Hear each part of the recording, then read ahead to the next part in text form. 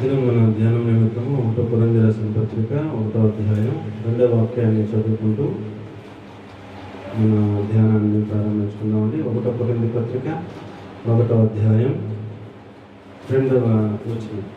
కొరింథీలో ఉన్న దేవుని సంఘములకు అనగా క్రీస్తు యేసునందు పరిశుద్ధపరచబడిన వారై పరిశుద్ధులుగా ఉండుటకు పిలువబడిన వారికి అనే మాట చదువుకుని మనం వాక్యాన్ని ధ్యానం చేసుకుంటూ ఉన్నాం. దేవుడు మనలను పిలిచారు, మనం పిలువబడిన వారము అనే సత్యాన్ని మనం ఎరిగి ఆ వాక్యం మీద దేవుని సన్నిధిలో కనిపెట్టినప్పుడు దేవుడు ఇచ్చిన ఉపదేశాలను వారం వారం మనం ధ్యానం చేసుకుంటా ఉన్నాం. దేవుడు ఈ మాట ద్వారా మనతో మాట్లాడేటట్టుగా చిన్న ప్రార్థన చేసుకున్నాం. మహాపరిశుద్ధమైన మా ప్రియ బంధువు తండ్రి, మీ వందనాలు స్తోత్రాలు చెల్లిస్తూ ఉన్నాం ప్రభువా. ఇక్కడ ఒక పాటల్లోనూ ఆరాధనలోనూ మాతో కూడా నడిపించుకునే దేవా, మీ వాక్యాన్ని ధ్యానం చేసుకోబోతూ ఉండగా మీ నామకం నేను నిలబడి నేను అనుకున్నాను నిష్ప్రయోజకుడను. నన్ను మీ సురుచాటును మరుగుపరిచి నీ ఉపదేశం అంతా మాతో మీరు మాట్లాడమని నీ అగ్ని చేత నన్ను కాల్చి పుటం వేసి నీ మాట తేటగా వినిపించబోనగా మార్చి నీ ఆత్మ కార్యం మాలో జరిగించి మహిమ పొందమని, ప్రతి విధమైన అలరిన ఆటంకాన్ని, ప్రతి విధమైనటువంటి తిరుగుబాటును వేస్తున్నాము వేలతో పెళ్ళగించి నాశనం చేస్తూ ఉన్నాం. మనసూచకమైన మనసుతో కూడా మా మధ్యకు దిగి వచ్చి మాతో మీ ఉపదేశాన్ని మాకు తెలియజేసి మహిమ పొందమని యేసయ్య పరిశుద్ధమైన నామములో ప్రార్థించి స్తుతించి అర్పించి వేడుకుంటున్నాం తండ్రి. ఆమేన్. ప్రియులారా, మనము పిలువబడిన వారము అనే అంశాన్ని మనం ధ్యానం చేసుకుంటా ఉన్నాం. దేవుడు మనల్ని ఎందుకు పిలిచారు అని మనం ఆలోచన చేసినప్పుడు పరిశుద్ధులుగా ఉండకు మనం పిలువబడ్డాము అని మొదటి వారం ధ్యానం చేసుకున్నాం. 2వ వారం మనం ఆయన అడుగు జాడల్లో నడుచుకోవాలనే ఉద్దేశంతో ఆయన మనలను పిలిచారు అని ధ్యానం చేసుకున్నాం. 3వ వారం ఆయన మనల్ని ఎందుకు పిలిచారు అని అంటే దీర్ఘశాంతముతో కూడిన సంపూర్ణ వినయముతోనూ సాత్వికముతోనూ మనం నడుచుకోవాలని ఆయన మనలను పిలుస్తూ ఉన్నారు అనే సత్యాన్ని ఈ వారం మనం ధ్యానం చేసుకోబోతా ఉన్నాం. ఎఫెసీ పత్రిక 4వ అధ్యాయం 2వ వాక్యాన్ని కనుక చూస్తే, ఎఫెసీలకు రాసిన పత్రిక 4వ అధ్యాయం 2వ వాక్యాన్ని కనుక చూస్తే, మీరు పిలువబడిన పిలుపునకు తగినట్లుగా దీర్ఘశాంతముతో కూడిన సంపూర్ణ వినయముతోనూ సాత్వికముతోనూ నడుచుకొనవలెనని ప్రభువును బట్టి ఖైదీనైన నేను మిమ్మల్ని బ్రతిమాలుకొనుచున్నాను అని అంటా ఉన్నారు. ఆయన పిలిచారు, ఆయన పిలిచిన పిలుపునకు తగినట్లుగా మనము నడుచుకోవాలి అనేది ఆ వాక్యంలో ఉన్న సారాంశం.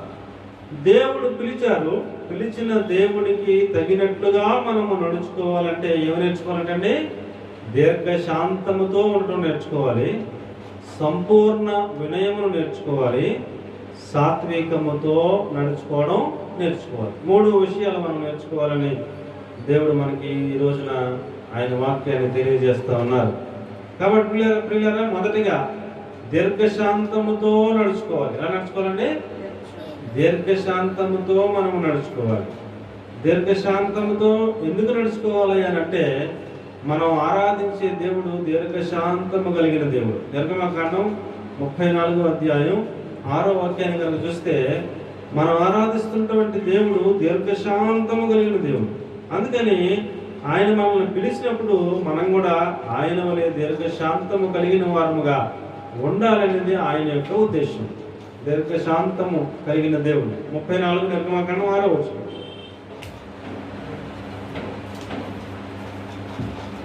అతని ఎదుట యెహోవా అతని దాటి వెళ్ళుచు, యెహోవా కనికరము, దయ, దీర్ఘశాంతము, విస్తారమైన కృపా సత్యములు గల దేవుడైన యెహోవా అనే పదాలు అక్కడ రాయబడి ఉన్నాయి.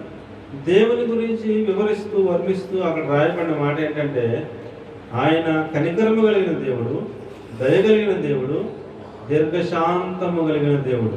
ఎటువంటి దేవుడు అంటే మనం ఆరాధించే దేవుడు దీర్ఘశాంతము కలిగినటువంటి దేవుడు ఆయన. అందుకని ఆయన మనల్ని పిలుస్తున్న పిలుపులో ఆ పిలుపుకు తగినట్లుగా మనం నడుచుకోవాలి. ఎలాగనగా దీర్ఘశాంతముతో మనము నడుచుకోవాలి. ఎలా నడుచుకోవాలండి? దీర్ఘశాంతముతో మనం నడుచుకోవాలి. దీర్ఘశాంతము అనే మాటకి అర్థం ఏంటంటే ఇంగ్లీష్లో లాంగ్ సఫరింగ్ అని రాయబడింది. అంటే దీర్ఘకాలము బాధపడిన, దీర్ఘకాలము సహించుకోవాల్సి వచ్చిన, దీర్ఘకాలము శాంతముగా ఉండటం నేర్చుకోవాలి. ఎలా ఉండాలంటే శాంతముగా ఉండటం నేర్చుకోవాలి. అది బాధపడే విషయమే అయినా, సహించుకోవలసిన విషయమే అయినా మనము ఎలా ఉండాలంటే శాంతముగా ఉండాలి. ఎలా ఉండాలంటే శాంతంగా ఉండాలి. దీర్ఘశాంతము కలిగిన దేవుడు మనం కలిగి ఉన్నాం కనుక మనం కూడా దీర్ఘశాంతము కలిగిన వారిగా మనం మార్చబడాలి. పిల్లరా, దీర్ఘశాంతము కలిగి ఉండాలి అని అంటే మనలో కోపం ఉండకూడదు. ఏముండకూడదండి? కోపం ఉండకూడదు. మనుషులమైన మనందరికీ కూడా సాధారణంగా ఉండే లక్షణం ఏంటంటే కోపం. ఒక రోజులో మనం పిల్లల మీద కావచ్చు, భర్త మీద కావచ్చు, భార్య మీద కావచ్చు, ఇరుగు పొరుగు వారి మీద కావచ్చు, సందర్భానుసారంగా ఎవరైనా మనకు కోపం రప్పించే మాట్లాడినప్పుడు మనకేమొస్తుందండి? కోపం వస్తాం. ఆ కోపంలో కొంతమంది మాటకి మాట చెప్తారు, కొంతమంది చెంబులు ఇసురుతారు, గిన్నెలు ఇసురుతారు. ఇంట్లో పిల్లలు అయితే పెద్దోళ్ళు కూడా కొంతమంది తమ కోపాన్ని బయటికి వ్యక్తపరుస్తూ ఉంటారు. మనమైతే దీర్ఘశాంతము కలిగిన వారముగా నేర్చుకోవాలి కనుక మనము ఆ కోపమును ఏం చేయాలండి? అణుచుకోవాలి. కోపము వచ్చే సందర్భాలు చాలా ఉంటాయి ప్రతి మనిషికి కూడా. ఎవరు కోపం రప్పించినా, కోపపడే మాటలు ఎవరైనా మనల్ని అన్నా మనము మన కోపాన్ని ఏం చేయాలండి? అణుచుకుని ఎల్లప్పుడూ మనము శాంతముగా, దీర్ఘశాంతం అంటే చాలా కాలం మనం బ్రతికినంత కాలం మనము శాంతముగా ఉండటానికి ప్రయత్నం చేయాలి. కోపపడకూడదు. ఆ కోపంలో మనం ఏ మాట అంటామో, ఎలా ప్రవర్తిస్తామో, మన కోపం మనకు శత్రువు అని చెప్తూ ఉన్నారు. కాబట్టి కోపపడకూడదు. ఒకవేళ కోపపడినా అది ఎంతసేపట్లో పోవాలంట? సూర్యుడు అస్తమించక ముందే మీ కోపము మీరు మరలా శాంతము వహించాలి. కోపము రాకుండా కోపాన్ని అణుచుకోవాలి. దీర్ఘశాంతము కలిగిన వారిగా ఉండాలి. ఇది మాట్లాడుకోవడం చాలా సులువే, కానీ కోపము కలిగించే మాటలు ఎవరైనా మాట్లాడినప్పుడు వాళ్ళకి తిరిగి కోపపడకుండా శాంతముగా ఉండటం అనేది చాలా ప్రాక్టీస్ చేయాలి, నేర్చుకోవాలి. మనకు మాదిరి దీర్ఘశాంతము కలిగిన దేవుడు ఆయన ఉన్నారు. మనకు మాదిరి అలాగే దీర్ఘశాంతం కలిగిన వారంగా మనం కూడా నడుచుకోవాలి అని ఆయన మనలను పిలుస్తూ ఉన్నారు. ఒక వ్యక్తిని మనము కోపము వచ్చినప్పుడు కోపాన్ని అణుచుకోవాలి అంటే, దీర్ఘశాంతము కలిగి ఉండాలి అంటే మన ఎడల తప్పు చేసిన వాళ్ళని మనం క్షమించగలగాలి. ఏం చేయాలండి? క్షమించగలగాలి. అది బ్రతికినంత కాలం కూడా మనం ప్రతి వారిని కూడా క్షమించడం అనే లక్షణం మనం కలిగి ఉన్నాం. లోపల హృదయంలో క్షమించలేదనుకోండి, లోపల ఏముంటుంది? పగ ఉంటుంది, ద్వేషం ఉంటుంది, కోపం ఉంటుంది. ఈ పగ, ద్వేషం, కోపం మూడు పోవాలి, శాంతముగా మనం ఉండాలి అని అంటే ఎప్పుడప్పుడు ఎక్కడిదక్కడ ఎవరినైనా మనం ఏం చేయాలండి? క్షమించేయాలి. మనల్ని బాధ కలిగినట్టుగా ఎవరైనా మాట అన్నారో, మనకి ఎవరైనా కీడు చేశారు, మనల్ని ఎవరైనా ఇబ్బంది పెడుతున్నారో, మనల్ని ఎవరైనా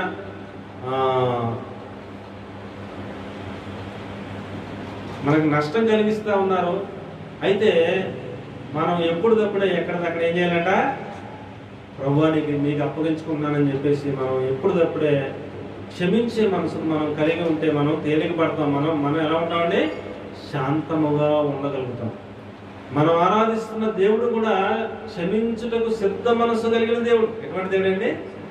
క్షమించుటకు సిద్ధ మనస్సు కలిగిన దేవుడు. ఒక కుటుంబంలో భార్య, భర్త, పిల్లలు ఉన్నారనుకోండి, వాళ్ళ కుటుంబంలో ఉదయం నుంచి సాయంత్రం అయ్యే లోపల ఎన్నో చిరాకులు, పరాకులు, కోపగించుకునే సందర్భాలు, పిల్లలు చేసే పనులకి కోపం వస్తూ ఉంటుంది. కానీ ఏం చేసుకోవాలి? కోపాన్ని అణుచుకోవాలి. వారిని ఎప్పటికప్పుడే క్షమిస్తూ ఉండాలి. దీర్ఘశాంతము కలిగిన వారుగా ఉంటే ఆ కుటుంబంలో గొడవలు రావు. ఒకరినొకరు సహించుకుంటా, ఒకరినొకరు ఓర్చుకుంటా, ఒకరినొకరు క్షమించుకునే మనస్తత్వం ఉన్నటువంటి కుటుంబంలో దీర్ఘశాంతము ఉంటుంది, కానీ వారి కుటుంబంలో ఏముండదో సైతానికి స్థానం ఉండదనే విషయాన్ని నేను మీకు జ్ఞాపకం చేస్తూ ఉన్నాను. సామెతల గ్రంథకర్త చక్కగా మనకు తెలియజేస్తూ ఉన్నాను. సామెతల గ్రంథంతో 19వ అధ్యాయం 11వ వాక్యాన్ని కనుక చూస్తే, ఒకరిని సుబుద్ధి, సామెతల గ్రంథం 19:11, సామెతలు 19:11, ఒకని సుబుద్ధి వానికి దీర్ఘశాంతమునిచ్చును, తప్పులు క్షమించుట అట్టివానికి ఘనతనిచ్చును అని రాయబడింది. సామెతల గ్రంథం 19వ అధ్యాయం 11వ వచనం. అంతేనండి. ఒకని సుబుద్ధి వానికి దీర్ఘశాంతమునిచ్చును, తప్పులు క్షమించుట అట్టివానికి ఏమిస్తుందంటే ఘనతనిచ్చును అని రాయబడింది. ఎవరైనా మన ఎవరు తప్పు చేస్తే, మనం కూడా వాళ్ళ ఎవరు తప్పు చేస్తే మనకి వాళ్ళకి ఏం లేదు, తేడా లేదు. కానీ మన ఎవరు తప్పు చేసిన వాళ్ళని క్షమించడం ద్వారా మనకేమొస్తుందంటే ఘనత వస్తుంది. మనము దీర్ఘశాంతము కలిగిన వారముగా, దేవుని కుమారులుగా కుమార్తెలుగా మనం మారిపోవాలి. అలాగున నడుచుకోవాలనే ఉద్దేశంతో ఆయన మనలను పిలుస్తూ ఉన్నారు అనే సత్యాన్ని నేను మీకు జ్ఞాపకం చేస్తూ ఉన్నాను. ఈ దీర్ఘశాంతము అనేది మనం ఏ విషయంలో మనం ఎక్కువగా నేర్చుకోవాలి అని అంటే, ఇతరులను రక్షణలోకి నడిపించుటకు మనకి కావలసిన అత్యవసరమైనటువంటి లక్షణం దీర్ఘశాంతం. ఇతరులను రక్షణలోనికి నడిపించుటకు కావలసినటువంటి అత్యవసరమైనటువంటి లక్షణం దీర్ఘశాంతము అనే విషయాన్ని నేను మీకు జ్ఞాపకం చేస్తా ఉన్నాను. 2వ పేతురు పత్రిక 3వ అధ్యాయం 15వ వాక్యంలో దీర్ఘశాంతము రక్షణార్థమైనది అని రాసి పెట్టారు. దీర్ఘశాంతం ఎందుకు నేర్చుకోవాలట? అనేకులను దేవుని యొద్దకు తీసుకురావడానికి, వారిని రక్షణలోకి నడిపించడానికి దీర్ఘశాంతము ఉపయోగపడుతుందని ప్రభు మనకి జ్ఞాపకం చేస్తా ఉన్నారు. 2వ పేతురు పత్రిక 3వ అధ్యాయం 2వ పేతురు పత్రిక 3వ అధ్యాయం 15వ వచనం. మరియు మన ప్రభు యొక్క దీర్ఘశాంతము రక్షణార్థమైనదని ఎంచుకొనడి, అలాగ మన ప్రియ సహోదరుడైన పౌలు కూడా తనకు అనుగ్రహింపబడిన జ్ఞానము చొప్పున మీకు రాసి ఉన్నాడు అని రాయబడిందండి. 2వ పేతురు పత్రిక 3వ అధ్యాయం 15వ వచనం. మన ప్రభు యొక్క దీర్ఘశాంతము దేని గురించి అంటే రక్షణార్థమైనది. అమ్మా, దేని గురించి? రక్షణార్థమైనది. దీర్ఘశాంతము ఎందుకోసమయ్యా అనంటే రక్షణార్థమైనది అనే విషయాన్ని మనం అర్థం చేసుకోవాలి. ఏమంటే ఒక కుటుంబంలో రక్షణ పొందిన వారు ఒకరే ఉండొచ్చును, ఇంకా రక్షణ పొందని భర్త ఉండొచ్చు, బిడ్డలు ఉండొచ్చు. ఆ భర్తని గురించి, బిడ్డల గురించి ఆ తల్లికి ఏముండాలి? దీర్ఘశాంతం ఉండాలి. ఏముండాలండి? దీర్ఘశాంతం ఉండాలి. చాలా కాలం ఆమె వారిని సహించాలి, వారిని ఓర్చుకోవాలి. వారి మీద కోపగించడం, తిట్టడం, చిరాకు పడటం ఇలాంటివి చేస్తే వాళ్ళు దేవుళ్ళలోనికి రావడానికి అవకాశం ఉండదు. వాళ్ళు ఎంత చిరాకు పెట్టినా, వాళ్ళు ఎంత బాధపడేటట్టుగా ప్రవర్తిస్తూ ఉన్నా, వారిని దేవుని యొద్దకు ఆకర్షించే ఏదైనా లక్షణం ఉందా అని అంటే అది దీర్ఘశాంతం. ఆ ఇంట్లో ఆ యొక్క యజమానురాలు దీర్ఘశాంతము కలిగిన యజమానురాలు అయితే భర్తను సహించుకుంటుంది, బిడ్డలను సహించుకుంటుంది. వారికి ఆలోచన వచ్చేటట్టుగా ఈమె దీర్ఘశాంతం వారిలో ఆలోచన రేకెత్తిస్తుంది. మనం ఎంత కోపపడినా అమ్మగారి తిరిగి కోపపడరు. మనం ఎలా ప్రవర్తించినా ఆమె దీర్ఘశాంతంగా ఉంటారు, చాలా శాంతమూర్తిగా ఉంటారు. ఇది ఎలా సాధ్యం అనే ఒక ఆలోచన వస్తుంది వాళ్ళలో. ఒకరోజు కాకపోతే ఒక రోజునైనా అలాంటి ఆలోచన వస్తుంది. అలాంటి ఆలోచన వచ్చినప్పుడు మనం కూడా అమ్మ వలె దీర్ఘశాంతము కలిగిన వారంగా ఉండాలి అనే తపన వాళ్ళలో వస్తుంది. మనం బయటికి వెళ్ళినప్పుడు మనల్ని చూసిన వాళ్ళు ఏమి నేర్చుకోవాలంటే, ఈమె ఇంత దీర్ఘశాంతంగా ఎలా ఉంటారు, ఎప్పుడు చూసినా ప్రశాంతంగా ఉంటారు, ఎలా ఉంటారు, బాధలో ఉన్నా, కష్టంలో ఉన్నా, ఇరుకులో ఉన్నా, ఇబ్బందులో ఉన్నా వారు చాలా ప్రశాంతంగా ఉంటారు. వాళ్ళ వల్లే మేము కూడా ఉండాలి. ఏం చేయాలి అలా ఉండాలంటే? మేము కోపాన్ని తట్టుకోలేకపోతున్నాం, మేము సహించుకోలేకపోతున్నాం, మేము ఓర్చుకోలేకపోతున్నాం, మీరు ఎలాగ ఇంత శాంతంగా ఉండగలుగుతున్నారు అని మనలను అడిగి వారు కూడా అలాగే శాంతంగా ఉండాలని కోరుకునేటట్టుగా మన ప్రవర్తన ఉండాలి. మన దీర్ఘశాంతం ఉండాలి. ఒక వ్యక్తిని దేవుళ్ళకి రాబట్టాలి అని అంటే వాక్యం చెప్పడం ద్వారా ఆకర్షించబడవచ్చు ఒక విధానం. ఎక్కువగా మన యొక్క ప్రవర్తన ద్వారా ఇతరులు ఆకర్షించబడతారు. ఒక మాట అంటే మనమే మాటకి మాట చెప్పామనుకోండి, ఇక వాళ్ళ దగ్గర సాక్ష్యం ఏముండదు. వాళ్ళ వల్లే శాంతంగా మనం ఎలా ఉండగలం? వాళ్ళ వల్లే ప్రశాంతంగా దీర్ఘశాంతం కలిగి మనం ఎలా ఉండగలం? ఎప్పుడు చూసినా ప్రశాంతంగా ఉంటారు వాళ్ళు. ఎప్పుడు చూసినా గొడవలు ఆడుకున్నట్టుగా కనపడరు. ఎప్పుడు చూసినా వారి కుటుంబంలో ప్రేమ ఐక్యత కనిపిస్తూ ఉంటుంది. ఎంత ప్రశాంతంగా ఎలా ఉండగలుగుతున్నారు? వాళ్ళ వల్లే మనం కూడా ఉండాలి అని ఇతరులు వారికి ఉన్నటువంటి బాధలో మనల్ని చూసి, మన ప్రవర్తన చూసి వారు దేవుని వైపు ఆకర్షించబడేటట్లుగా మన దీర్ఘశాంతము రక్షణార్థమైనదిగా ఉండాలి. దేవునికి స్తోత్రం కలుగును గాక. హల్లెలూయా.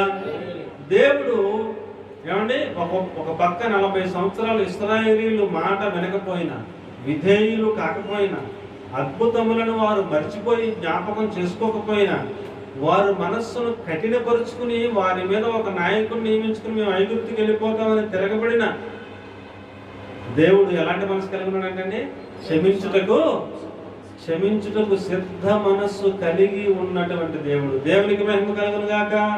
హల్లెలూయా. ఏమంటే 40 సంవత్సరాలు వస్త్రాలు మాయకుండా, చెప్పులు అరిగిపోకుండా, ఎండ తగలకుండా, మేఘస్తంభంగా ఉండే రాత్రులు చలికి వారు బాధపడకుండా, అరణ్యంలో క్రూర మృగాలు కానీ విషసర్పాలు కానీ రాకుండా అగ్నిస్తంభముగా వారికి చుట్టూ కావలిగా ఉండి వారిని తన రెక్కల మీద మోసుకెళ్ళినట్టుగా 40 సంవత్సరాలు వారికి ఆహారం ఇస్తూ, మన్నాను కురిపిస్తూ, ఏమండి మంచినీళ్ళను బండలో నుంచి అన్ని లక్షల మందికి మంచినీళ్ళని ఇస్తూ ఆయన సముద్రంలో నుంచి దాటించి అద్భుతాలు చేసి ఎన్నో అరణ్యంలో మార్గమును సిద్ధపరిచి వారిని అద్భుతంగా నడిపించినటువంటి దేవుని వారు ఏమండి విధేయులు కాలే కదా. విధేయులు కాకపోయినా, ఆయన అద్భుతాలను మర్చిపోయి జ్ఞాపకం చేసుకోకపోయినా అప్పుడే సముద్రం దాటారు. కొంచెం దూరం వెళ్ళాక మంచినీళ్ళు లేకపోతే వెంటనే అరే మన దేవుడు ఎందుకు అప్పుడు కదా సముద్రాన్ని పాయం చేశారు కదా మన కోసం, మంచినీళ్ళు లేకపోతే మనం ప్రార్థన చేసుకుంటే ఆయన మంచిని ఇస్తారన్న ఆలోచన వాళ్ళకి లేదు. వెంటనే సనుక్కోవడం, వెంటనే కొనుక్కోవడం, వెంటనే తిరగబడటం, మోషే మీద తిరగబడి మమ్మల్ని చంపడానికి తీసుకొచ్చావా అని వారు గొనుగుట చూసి దేవుడు చాలా బాధపడేవారు.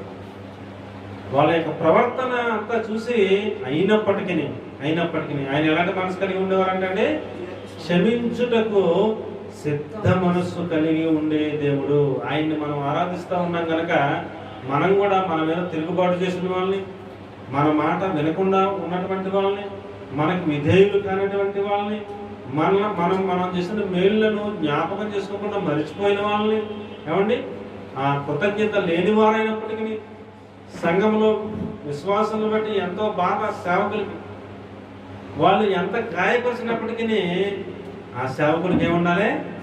దీర్ఘశాంతం ఉండాలి. క్షమించుటకు సిద్ధ మనస్సు కలిగిన సేవకుడిగా సేవ చేయాలి. క్షమించుటకు సిద్ధ మనస్సు కలిగిన విశ్వాసాలుగా మనందరం కూడా ఎదగాలి. మన వైపు మనకి విరోధంగా ఎంతమంది తయారైనా, మన మాట వినకపోయిన వారు మన చుట్టూ ఉన్నా, మనం చేసిన మేలులను మర్చిపోయిన వారు ఉన్నా, మనం మాత్రం ఎలా ఉండాలంటే దీర్ఘశాంతము కలిగిన వారుగా, క్షమించుటకు సిద్ధ మనస్సు కలిగి ఉండి మనం వాళ్ళను క్షమిస్తూ ఎప్పటికప్పుడు మనం మాత్రం లోపలికి బయటికి కూడా ఎలా ఉండాలంటే శాంతము కలిగి, దీర్ఘశాంతము కలిగిన వారంగా మనం దేవుని లక్షణాలను మనం కొనుగుపుచ్చుకుని అలాగను మనం సిద్ధపడి నడవాలనే ఉద్దేశంతో ఆయన మనలను పిలుస్తూ ఉన్నారు అని ప్రభుత్వం నేను మీకు జ్ఞాపకం చేస్తూ ఉన్నాను. నెహెమ్యా గ్రంథం 9వ అధ్యాయం 17వ వాక్యం చదివినట్లయితే, నెహెమ్యా గ్రంథం 9వ అధ్యాయం 17వ వచనం, వారు విధేయులకు మనస్సు లేని వారై తమ మధ్య నీవు చేసిన అద్భుతములను జ్ఞాపకము చేసుకొనక తమ మనస్సును కఠినపరుచుకుని తాముండి వచ్చిన దాస్యపు దేశమునకు తిరిగి వెళ్ళుటకు ఒక అధికారిని కోరుకుని నీ మీద తిరుగుబాటు చేసిరి. అయితే నీవు క్షమించుటకు సిద్ధమైన మనస్సు గలవాడవును దీర్ఘశాంతమును బహు కృపయో గలవాడమని ఉండి వారిని విసర్జింపలేదు అని రాయబడి ఉందండి. నెహెమ్యా గ్రంథం 9వ అధ్యాయం 17వ వచనంలో మీకు ఆ మాటలన్నీ రాయబడి ఉన్నాయి. కాబట్టి ప్రియులారా, మనం కూడా ఏమి నేర్చుకోవాలి అని అంటే, ఇది మాటలు చెప్పుకోవడం చాలా సులభంగానే ఉంటుంది, కానీ ప్రాక్టీస్లో మన దైనందిన జీవితంలో ఎలాంటి మనసు కలిగి ఉండటం మనం నేర్చుకోవాల్సిన అవసరం ఉంది. దీర్ఘశాంతం కలిగిన వారిగా మనము మార్చబడాలన్నదే దేవుని యొక్క ఉద్దేశం. అందుకని ఆయన మనలను పిలుస్తూ ఉన్నారు. ప్రభు గారికి నేను మీకు జ్ఞాపకం చేస్తూ ఉన్నాను. 2వ తిమోతి పత్రిక 4వ అధ్యాయం 2వ వాక్యంలో సమయమందును అసమయమందును ప్రయాసపడము, సమయమందును అసమయమందును ప్రయాసపడము. 2వ తిమోతి 4:2 వాక్యమును ప్రకటించుము, సంపూర్ణమైన దీర్ఘశాంతముతో ఉపదేశించు, ఖండించుము, గద్దించుము, బుద్ధి చెప్పుము. ఏం చేయాలంటే అమ్మా ఏం చేయాలంటే చెప్పండి. 2వ తిమోతి 4:2 సంపూర్ణమైన దీర్ఘశాంతముతో ఉపదేశించుచు, ఖండించుచు, గద్దించుచు, బుద్ధి చెప్పుము. ఎందుకనగా జనులు హితబోధను సహింపక దురాలోచనలు గలవారే తమ స్వకీయ దురాశలకు అనుకూలమైన బోధకులను తమ కొరకు పోగు చేసుకుని సత్యమునకు చెవినీయక కల్పనా కథల వైపు తిరుగుతాను వచ్చును అని చెప్తా ఉన్నాడు. అందుకని సంపూర్ణ దీర్ఘశాంతము సేవకులకు ఉండాలి. ఎవరికి ఉండాలని? సంపూర్ణ దీర్ఘశాంతం ఎవరికి ఉండాలా? సేవకునికి సంపూర్ణ దీర్ఘశాంతం ఉండాలి. విశ్వాసులు, తిరగబడే విశ్వాసులు ఉండొచ్చు, కొంతమంది ఏమంటే ఎదురాడే విశ్వాసులు ఉండవచ్చును, ఏమంటే చేసిన మేలులు మర్చిపోయి కృతజ్ఞత లేని విశ్వాసులు కూడా ఉండవచ్చును, సేవకుని గాయపరిచే విశ్వాసులు ఉండవచ్చును, సేవకుని ఏంటి అనకూడని మాటలు అనే విశ్వాసులు ఉండొచ్చును, సేవకుని గురించి బేటగా ప్రచారం చేసే విశ్వాసులు కూడా ఉండవచ్చును. రకరకాల విశ్వాసులు ఉంటారు. అయినప్పటికీ సేవకుడు వారికి దీర్ఘశాంతముతో ఉపదేశించాలి. ఎలా ఉపదేశించాలంట? కోపపడక, ఇసుక్కోక, కసుక్కోక, అండి వారి మీద శిలాచిందులు తొక్కక, వారిని శపించక ఏం చేయాలంట? దీర్ఘశాంతముతో వారికి ఉపదేశించుచు, ఖండించుచు, ఏది తప్పు ఏది కరెక్ట్, ఎలా జీవించాలి ఎలా జీవించకూడదు అనేది ఖండితంగా దేవుని వాక్యాన్ని చెబుతూ, ఖండించుచు, గద్దించుచు, బుద్ధి చెబుతూ ఉండాలి అని రాయబడింది. ఎలా చెప్పాలంట? ఎలా చెప్పాలి? ఖండించడమైనా, గద్దించడమైనా, బుద్ధి చెప్పడమైనా ఎలా చెప్పాలి? దీర్ఘశాంతముతో చెప్పాలి. అంటే సహనము కలిగి. ఒకసారి చెప్పేసి ఏకాడు చెప్పమనట్లేదని వదిలేయకూడదు. ఒకసారి చెప్పేసి చెప్పిన మాట వినట్లేదు ఆ సహోదరి, ఒకసారి చెప్పాను అయినా దారిని రావట్లేదు, చెప్పిన మాట వినట్లేదు, లెక్క చేయట్లేదు అని వదిలేయకుండా దీర్ఘశాంతముతో గద్దించాలి. ఎలా గద్దించాలంటే దీర్ఘశాంతముతో గద్దిస్తూ ఉండాలి, ఖండిస్తూ ఉండాలి, బుద్ధి చెప్తూ ఉండాలి, సరి చేస్తూ ఉండాలి. ఏమండి ఒకసారి చెప్పాను కదా, 2 సార్లు చెప్పాను కదా అనుకోకుండా వారిని ఎల్లప్పుడూ వారి కొరకు ప్రార్థన పూర్వకంగా వారిని గద్దించుచు, బుద్ధి చెప్పుచు, ఖండించుచు, ఉపదేశించుచు వారిని దేవుని మార్గంలోనికి, వారిని సంపూర్ణత వైపు నడిపించాల్సిన అవసరం గురించి వాక్యం తెలియజేస్తూ ఉందండి. కాబట్టి ప్రియులారా, 1వ దశలోనిక పత్రిక 5వ అధ్యాయం 4వ వాక్యంలో ధైర్యము చెడిన వారిని ధైర్యపరచుడి, బలహీనులను బలపరచుడి,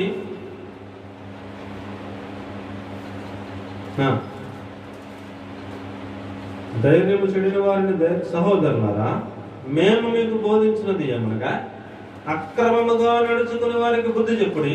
ఏమంటే ఎవరికి బుద్ధి చెప్పాలంట? క్రమముగా నడుచుకోకుండా అక్రమంగా నడుచుకునే వారికి ఏం చెప్పాలి? బుద్ధి చెప్పండి. ధైర్యము చెడిన వారిని ధైర్యపరచండి, బలహీనులకు ఊతమియండి, అందరి ఎడల దీర్ఘశాంతము గలవారై ఉండుడి అని రాయబడింది. ఏమంటే ఏం చేయాలంట? అందరి ఎడల ఎలా ఉండాలంటే దీర్ఘశాంతము కలిగిన వారంగా మనం ఉండాలి.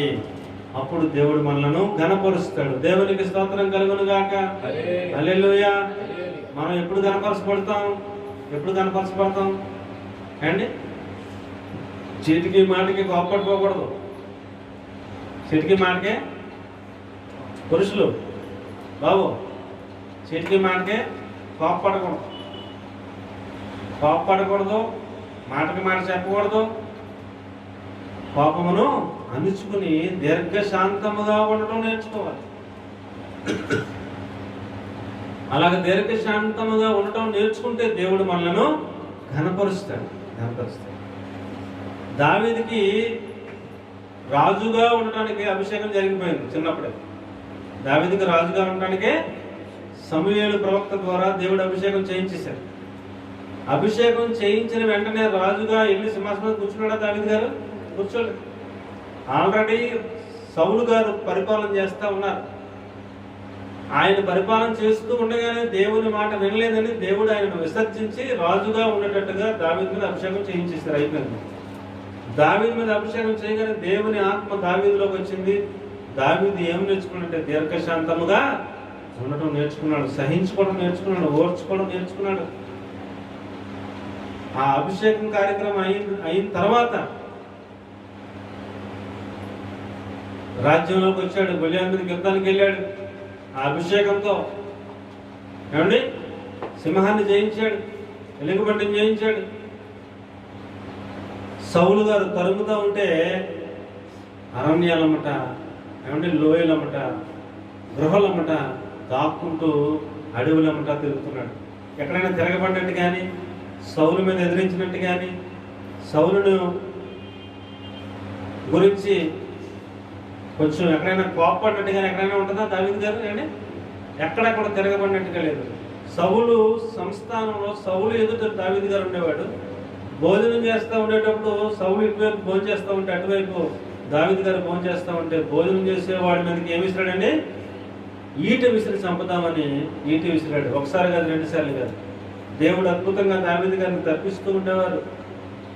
ఈయన ఖచ్చితంగా నన్ను చంపాలని ఆలోచనతో ఉన్నారు అని దావీదుకి అర్థమైన తర్వాత ఆయన పారిపోవడం మొదలుపెట్టాడు.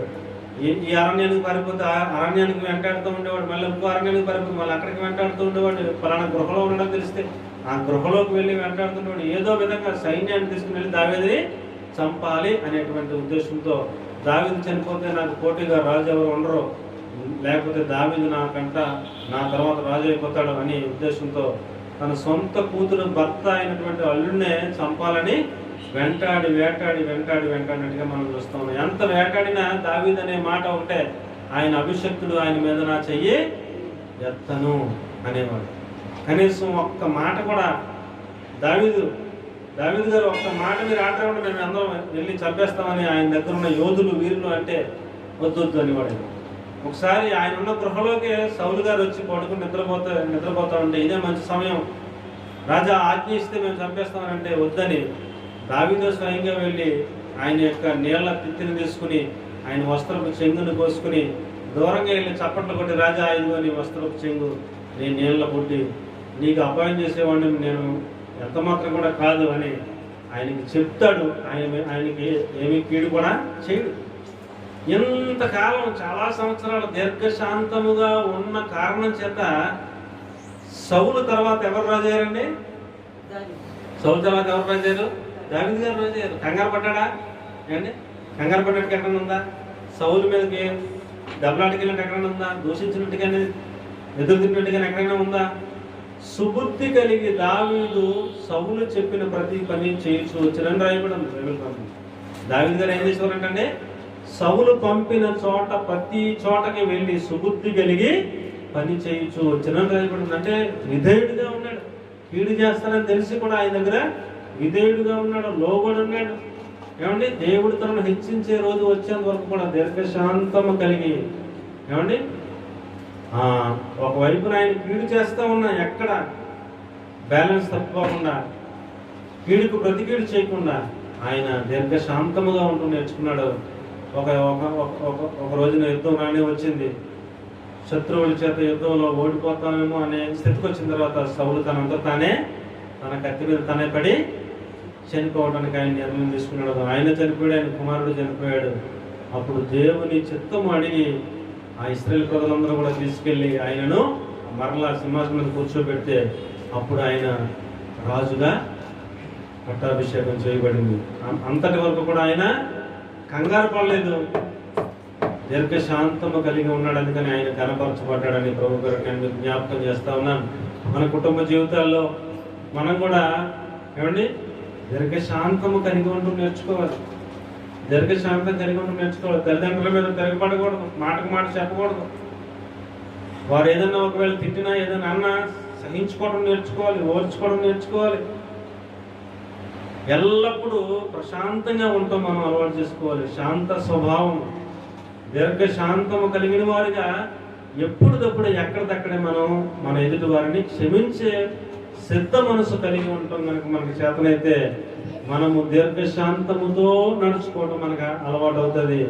అలాగున మనం నడవాలి, అలాగున మనం తయారవ్వాలనే ఉద్దేశంతో ఆయన మనలను పిలిచారు అనే సత్యాన్ని నేను మీకు జ్ఞాపకం చేస్తా ఉన్నాను. దేవునికి మహిమ కలుగును గాక. హల్లెలూయా, హల్లెలూయా. మొదటగా ఎందుకు పిలిచారండి? ఎందుకు పిలిచారు? దీర్ఘశాంతముతో మనం ఉండాలని ఆయన మనల్ని పిలిచారు. రెండవదిగా వినయము కలిగి నడుచుకోవాలండి. ఏంటండి? ఎందుకు అందుకోసం చెప్పండి. వినయము కలిగి నడుచుకోవాలి అని ఆయన మనల్ని పిలిచారు. ఒకసారి చెప్పండి. మొదటిగా దీర్ఘశాంతము కలిగి మనం ఉండాలనేది ఆయన యొక్క ఉద్దేశం. రెండవదిగా వినయము కలిగి ఉండాలనేది ఆయన యొక్క ఉద్దేశం అని ప్రభు పేరిట నేను మీకు జ్ఞాపకం చేస్తా ఉన్నాను. ఫిలిప్పీ పత్రిక 2వ అధ్యాయం, ఫిలిప్పీ పత్రిక 2వ అధ్యాయం 3వ వాక్యం.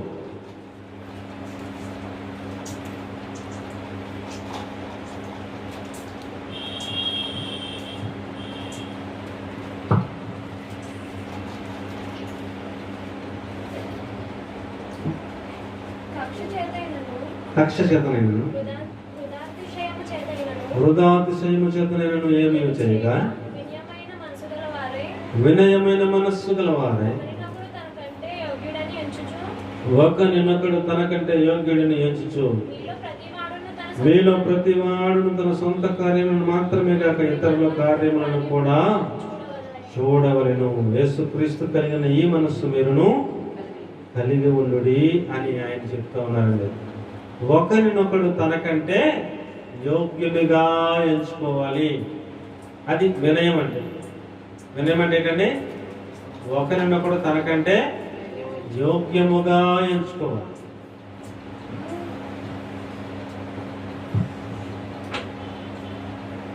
లోకంలో సామెత చెప్తూ ఉంటారు. అమ్మా నా వైపు చూడండి. లోకంలో సామెత చెప్తూ ఉంటారు. అన్నీ తెలిసిన వాడు అణిగి మణిగి ఉంటాడంట, ఏమీ తెలియని వాడు ఎగిరెగిరి పడుతూ ఉంటాడు. వినయము కలిగిన వాళ్ళు ఎలా ఉంటారని అంటే వారికి అంతా తెలుసు, అన్నీ తెలుసు, కానీ వారు వినయము కలిగి ఉంటారు. ఏమీ తెలియదు అన్నట్టుగా ఉంటారు. బైబిల్ని ఒక 300 సార్లు చదివేసిన దైవజనుడి వద్దకు వెళ్ళి ఇంటర్వ్యూ చేస్తే, అయ్యా మీరు 2 సార్లు బైబిల్ చదివారు కదా, మీరు చాలా అనుభవజ్ఞులు, మీకు దేవుని గురించిన జ్ఞానం బాగా అర్థమై ఉంటుంది, మీరు ఎంతగా బైబిల్ని అర్థం చేసుకున్నారో మాకు చెప్పండి అని చెప్పేసి ఇంటర్వ్యూ చేస్తే ఆయన అంటారు, అయ్యా దేవుని వాక్యం సముద్రం లాంటిది, ఈ 300 సార్లు చదివితే నాకు ఇందులో కొంచెం అర్థమైందయ్యా, ఇంకా చాలా సముద్రం అంత ప్రేమ, ఆయన ప్రేమ, మనం దాన్ని అర్థం చేసుకునే అంత మెచ్యూరిటీ అయిన జ్ఞానం మన దగ్గర లేదు, ఎన్నిసార్లు చదివితే అన్నిసార్లు కొంచెం కొంచెం నాకు అర్థమవుతుంది అని చెప్తారు. ఏమీ రానివాడు, ఎక్కడ వాక్యం ఎక్కడుందో కూడా తెలియని వాడేమో ఎగిరెగిరి పడతా ఉంటాడు. విద్య వచ్చిన వాడేమో ఏమీ తెలియనట్టుగా ఉంటాడు, రానివాడేమో ఎగిరెగిరి పడతాం. వినయము అని మనం ఎవరిని గురించి మనం ఆలోచన చేయాలని అంటే, అన్నీ ఉన్నప్పటికీ, అన్నీ తెలిసినప్పటికీ వినయముగా ఉండటం నేర్చుకోవాలి. ఎలా ఉండటం నేర్చుకోవాలండి? వినయముగా ఉండటం నేర్చుకోవాలి.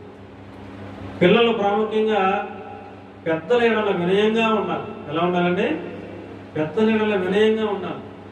తల్లి పిలిచినా, తండ్రి పిలిచినా వెంటనే ఒక్కసారి పిలవగానే రెస్పాండ్ అవ్వాలి. ఒక్కసారి అలా పిలవగానే డాడీ అని వెంటనే వెళ్ళి ఆయన దగ్గర నిలబడేటట్టుగా అలవాటు చేసుకోండి. పిల్లలు ఒకసారి పిలిచినా, 2 సార్లు పిలిచినా, 3 సార్లు పిలిచినా లెక్కలేనట్టుగా రెక్లెస్గా ఉండటం మంచిది కాదు. వినయం ఉండాలి ప్రతి వాళ్ళకి కూడా. యెహోవా యందలి భయభక్తులు వినయమునకు ప్రతిఫలము అంటారు. వినయము లేకుండా దేవుని యందలి భయభక్తులు రావు. ప్రియులారా, మీరు ఎంత చదువుకున్నా, మీ తల్లిదండ్రుల్లోకి వెళ్ళి చదువు తక్కువైన వాళ్ళైనా మీరు చెప్తే వాళ్ళు వినాలన్నట్టుగా మీ ప్రవర్తన ఉండకూడదు. తల్లి పిలిచినా, తండ్రి పిలిచినా, అన్న పిలిచినా, ఎవరు పిలిచినా వెంటనే ఒక్కసారి పిలవగానే వినయంగా వెళ్ళి వాళ్ళ దగ్గర నిలబడి చెప్పండి అన్నట్టుగా మన ప్రవర్తన ఉండాలి. ఒక దైవ సేవకుని దగ్గర విశ్వాసులు కూడా వినయంగా ఉండాలి.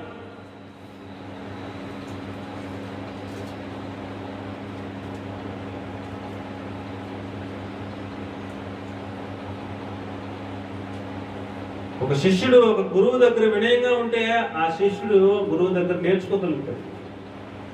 నాకు వచ్చేసింది అనుకుంటే అక్కడతో వాడికి స్టాప్ అయిపోతుంది. ఇంక విద్య ఇంకా నేర్చుకోలేదు. వినయముగా ఉండటం నేర్చుకోవాలి.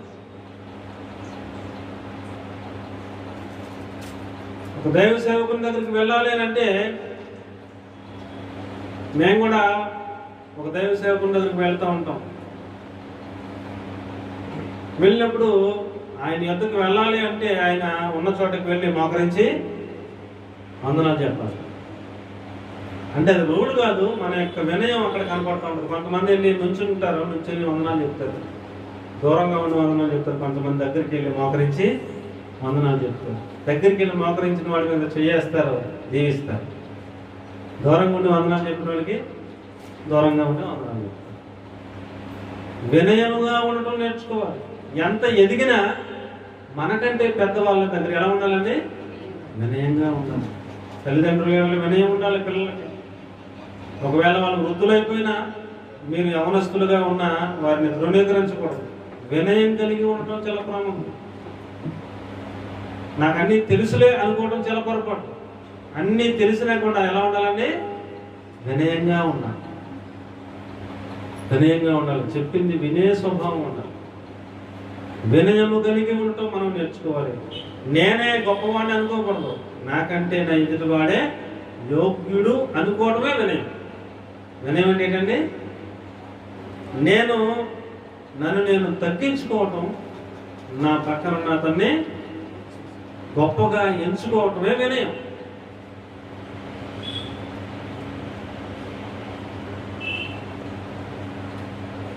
పెద్ద పెద్ద వ్యాపారాలు చేసేవాళ్ళు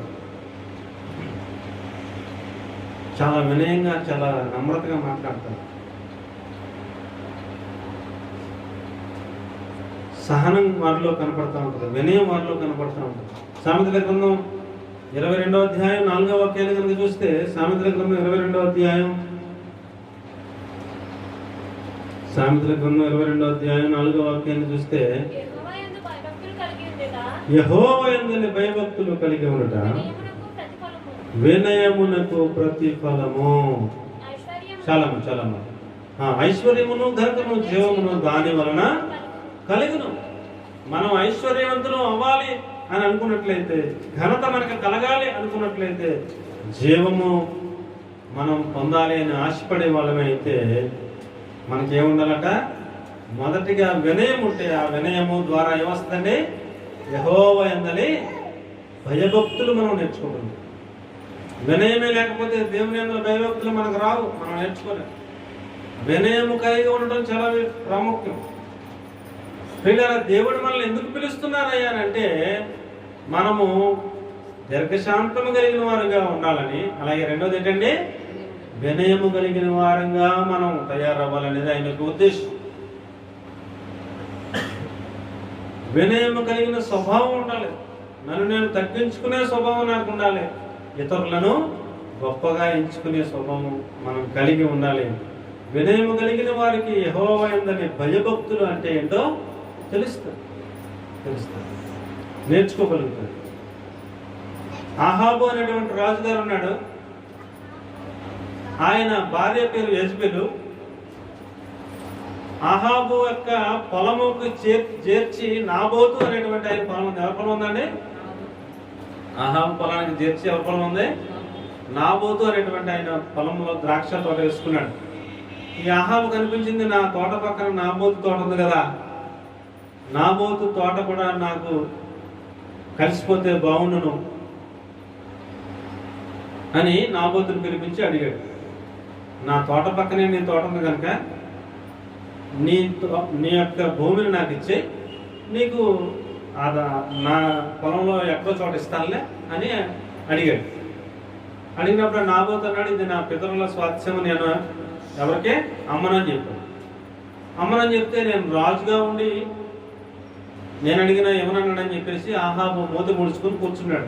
భార్య వచ్చి అడిగింది, ఎందుకయ్యా నువ్వు అలా కూర్చున్నావు అంటే, నాబోతు పొలం అడిగాను, ఏమన్నాడు, నా పితరుల స్వాస్థ్యం నేను ఎవరికి అమ్మని అంటానంటే ఆమె ఏమందంటే, నీవు రాజు, ఇప్పుడు నువ్వేం చేస్తే అదే జరుగుతుంది అని అబద్ధ సాక్ష్యంలోకి ఇతను తీసుకొచ్చి అతని మీద అబద్ధ సాక్ష్యం చెప్పించి అతన్ని చంపించేసి ఆ భూమిని వీళ్ళు స్వాధీనం చేసేసుకున్నప్పుడు ప్రవక్తకి దేవుడు చెప్పి పంపించారు. ప్రవక్త వచ్చి చెప్తున్నాడు, ఏ భూమి మీద అయితే నాబోతు రక్తమును కుక్కలో నాకినయో అదే భూమి మీద మీ కుటుంబము, నీ రక్తము, నీ యొక్క భార్య రక్తం కూడా కుక్కలు నాకేటట్టుగా జరుగుతుంది, నీ కుటుంబం అనేది లేకుండా సర్వనాశనం అయిపోతుందని చెప్పేసి వచ్చి ప్రవక్త చెప్పినప్పుడు ఆహాబు వినయమైన మనస్సు గలవాడై ప్రార్థన చేశాడంట. ఎలా చేశాడంటే ప్రార్థన 1వ రాజుల గ్రంథం 21వ అధ్యాయం 29వ వచనం. 1వ రాజుల గ్రంథం 21వ అధ్యాయం 29వ వచనం. ఆహాబు నాకు భయపడి, 1వ రాజులు 21:29. ఆహాబు నాకు భయపడి వినయముగా ప్రవర్తించుట చూచితివా, నాకు భయపడి అతని వినయముగా ప్రవర్తించుట చేత ఆ అపాయము అతని కాలమునందు సంభవింపకుండా ఆపి అతని కుమారుని కాలమునందు అతని కుటుంబీకుల మీదకి నేను దానిని రప్పించదును అని చెప్తున్నారు. 27వ వచనంలో కనుక మనం చూస్తే, ఆహాబు ఆ మాటలు విని తన వస్త్రములను చింపుకుని గోనె పట్ట కట్టుకుని ఉపవాసం ఉండి గోనె పట్ట మీద పరుండి వ్యాకులపడుచుండగా ఒక రాజుగారు తప్పు చేశాడు. దేవుని ప్రవక్త వచ్చి ఇలాగ దేవుడిని మీకు చెప్పమన్నారు, మీరు చేసిన తప్పు సామాన్యమైనది కాదు, దానికి శిక్ష ఇలా ఉంటుందని దేవుడు చెప్పమన్నారు అనగానే ఆయన తనను తాను రాజుగా ఉన్నటువంటి వాడు తనను తాను తగ్గించుకుని ఏం చేశాడండి, సింహాసనం మీద నుంచి దిగి గోనెపట్ట ధరించుకుని వస్త్రాలు చెప్పుకుని గోనెపట్ట మీద కూర్చుండి ఆయన వ్యాకుల పడుచు ఉపవాసం ఉండి ప్రార్థన చేశాడు. అలా చేసినట్టే ఉపవాసం ఉండి ప్రార్థన చేశాడు. అది వినయం. ఆయన వినయముగా ప్రార్థన చేయడం చూసితివా, నేను చేయాలనుకున్న కీడు అతని రోజుల్లో రాకుండా అతని కుమారుల రోజుల్లో వచ్చేటట్టుగా దాన్ని నేను మారుస్తున్నానని ఆయన వినయమును చూసి దేవుడు తనకి అవకాశం ఇచ్చినట్టుగా మనం చూస్తూ ఉంటాం. కాబట్టి పిల్లరా, ఆయన ఎవరైతే వినయముగా ఉంటారో వారి యొక్క నివసించడానికి ఆయన వస్తారు. ఎక్కడికి వస్తారండి? మనం ఆరాధించే దేవుడు మహాగణుడు, మహోన్నతుడు, పరిశుద్ధుడు, నిత్య నివాసి అయినటువంటి దేవుడు. ఆయన మహాకాశములే ఆయన పట్టజాలనటువంటి గొప్ప దేవుడు. ఆయనను నలిగిన మనస్సు గలవారి యొద్ద, విరిగిన మనస్సు గలవారి యొద్ద, ఆయన వినయము గలవారి యొద్ద ఆయన వచ్చి ఆయన నివాసం ఉంటాము అని ఆయన వాగ్దానం చేస్తూ ఉన్నారు. కాబట్టి ప్రియులారా, ఎవరైతే వినయముగా ఉంటారో, తనను తాను తగ్గించుకుని వినయము కలిగిన వారుగా ఉంటారో, అలాంటి వారికి దేవుడు వారి యొద్ద ఉండటానికి ఆయన ఆశపడుతూ ఉన్నాడు. మనల్ని మనం గొప్ప చేసుకుంటే మనకి వినయం లేదని అర్థం. మనము తగ్గించుకుని మన ఎదుటి వారిని మనం ఏం చేయాలంట, యోగ్యుడు అని అంటారు. అప్పుడు మనం వినయం కలిగిన వారము అని అర్థమవుతుంది. కాబట్టి పిల్లరా, డంబాల మాటలు మాట్లాడకూడదు, ఒకటి తెలిస్తే 10 తెలిసినట్టుగా చెప్పకూడదు, నేను గొప్ప నాకింత అంత అన్నట్టుగా మాట్లాడకూడదు. నాకంటే ఆ దైవ సేవకుడే గొప్ప అని నేను ఎంచుకోవాలి.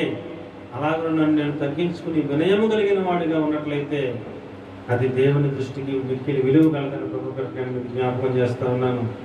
అలాగే మనం వినయం కలిగిన వారుగా మార్చబడాలనే ఉద్దేశంతో ఆయన మనలను పిలుస్తూ ఉన్నారు అని నేను మీకు తెలియజేస్తూ ఉన్నాను. అలాగే కీర్తన గ్రంథం 142 అధ్యాయం 2వ వాక్యంలో ఆయన వినయము కలిగి మొరపెడతా ఉన్నాడట. 142:2. బహు వినయముగా ఆయన సన్నిధిని నేను మొర్రపెట్టుచున్నాను అంటాడు.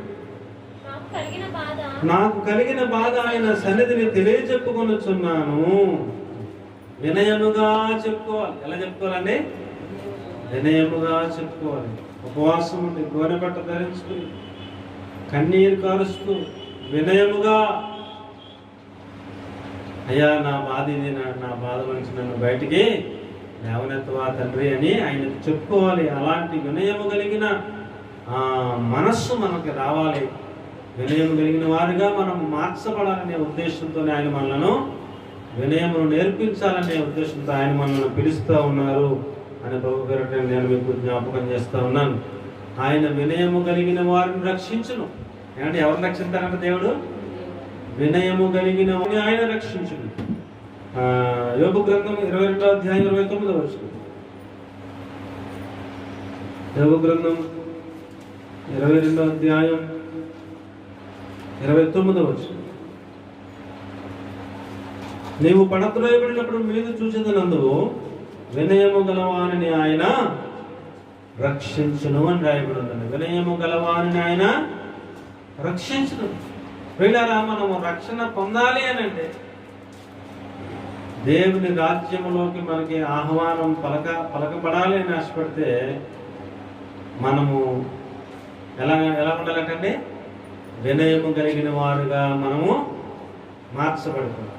వినయం కలిగిన వారుగా మనము తయారైపోవాలి. అప్పుడు ఆయన మనలను రక్షిస్తాను అని ఆయన వాగ్దానం చేస్తూ ఉన్నారు. యెషయా గ్రంథం 57వ అధ్యాయం 15వ వాక్యాన్ని కనుక చూస్తే, యెషయా గ్రంథం 57వ అధ్యాయం 15వ వాక్యాన్ని చూసినట్లయితే, మహాగణుడును మహోన్నతుడును పరిశుద్ధుడును అయిన నిత్య నివాసీయునైన వాడు ఎలాగో సెలవిస్తున్నాడు. నేను మహోన్నతమైన పరిశుద్ధ స్థలంలో నివసించేవాడను, అయినను వినయము గల వారి ప్రాణమును ఉజ్జయింపజేయుటకును, నలిగిన వారి ప్రాణమును ఉజ్జయింపజేయుటకును, వినయము గలవారి యొద్దను దీన మనస్సు గలవారి యొద్దను నివసించుచున్నాను అని మాట్లాడుతున్నాడు. ఆయన ఎక్కడుంటారటండి? వినయము గలవారి యొద్ద దేవుడు నివాసం చేస్తారు అనే సత్యాన్ని మనం ఎరగాలి.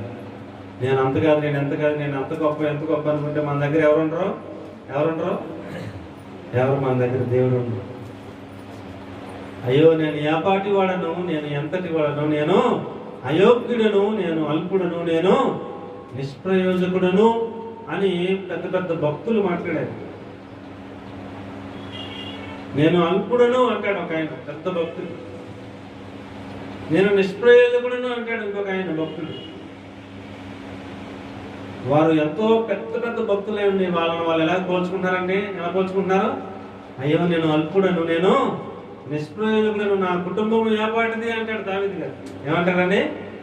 ఒక మహా సామ్రాజ్యానికి చక్రవర్తిగా ఉండి ఆయన అంటారు, నా కుటుంబము ప్రభువా నీవు నన్ను ఇంతగా హెచ్చించుటకు నా కుటుంబం ఏపాటిది, నేను ఏపాటి వాడను అంటూ మాట్లాడతారు. నీవు నన్ను ఎంతగా హెచ్చించుటకు నేను ఏపాటి వాడను,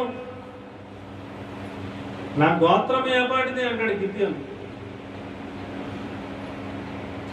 ఏమంటే వారు మహా పరాక్రమము కలిగిన బలాఢ్యుడా అని దేవుని దూత పిలుస్తూ ఉంటే ఈయన అంటాడు, నా గోత్రము ఏపాటిది, నేను ఎంతటి వాడను. మనల్ని మనం ఏం చేసుకోవాలంటే తగ్గించుకుని వినయము కలిగిన వారుగా మనం ఉండటం మనకు చేతనైతే ప్రియులారా, వారి దగ్గర ఎవరుంటారండి? దేవుడు నివాసం ఉంటాడనే సత్యాన్ని మీకు నేను జ్ఞాపకం చేస్తా ఉన్నాను. దేవుడు మనందరినీ ఎందుకు పిలుస్తున్నాడు అని అంటే పరిశుద్ధులుగా ఉండటం పిలుస్తున్నారు.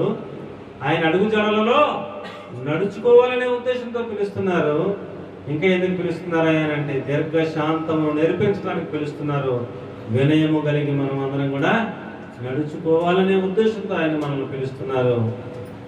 కాబట్టి ప్రియులారా, మనం దీర్ఘశాంతముగా ఉండటం నేర్చుకోవాలి, వినయము కలిగి ఉండటం నేర్చుకోవాలని ప్రభు గారు జ్ఞాపకం చేస్తూ ఉన్నాను. మూడవదిగా సాత్వికము కలిగి నడుచుకోవాలని. ఎందుకండి సాత్వికము కలిగి నడుచుకోవాలని ఆయన మనల్ని పిలుస్తూ ఉన్నారు. ఆయన పిలిచిన పిలుపులో ఆ పిలుపుకు తగినట్లుగా నడుచుకోవడం ఎలాగానంటే దీర్ఘశాంతముగా ఉండటం, వినయము కలిగి ఉండటం, ఇంకోటి ఏంటంటే మూడవది ఏంటంటే సాత్వికము కలిగి ఉండటం మనం నేర్చుకోవాలి అనే ఉద్దేశంతో ఆయన మనలను పిలుస్తూ ఉన్నారు. ఇవన్నీ మనకు ఆయన నేర్పిస్తూ ఉన్నారు అని నేను మీకు జ్ఞాపకం చేస్తూ ఉన్నాను.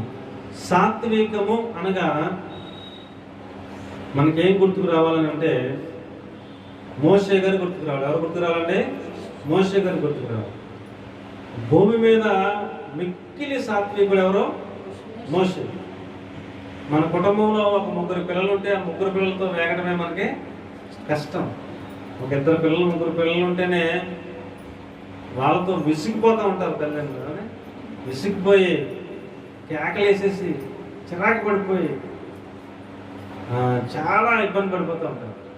అలాంటిది 6 లక్షల కాల్బలమును తీసుకెళ్లేటువంటి మోషే ఇంకా 6 లక్షలే కాకుండా ఇంకా వృద్ధులు ఎంతమంది ఉన్నారో, చంద్రపిల్లలు ఎంతమంది ఉన్నారో, వీళ్ళందరూ లెక్కలేసుకుంటే ఎన్ని లక్షల మంది ఉన్నారో వాళ్ళందరితోనూ వేగటం అంటే సామాన్యం అండి? ఏమా అంతమందితో వేగటం అంటే సామాన్యమా?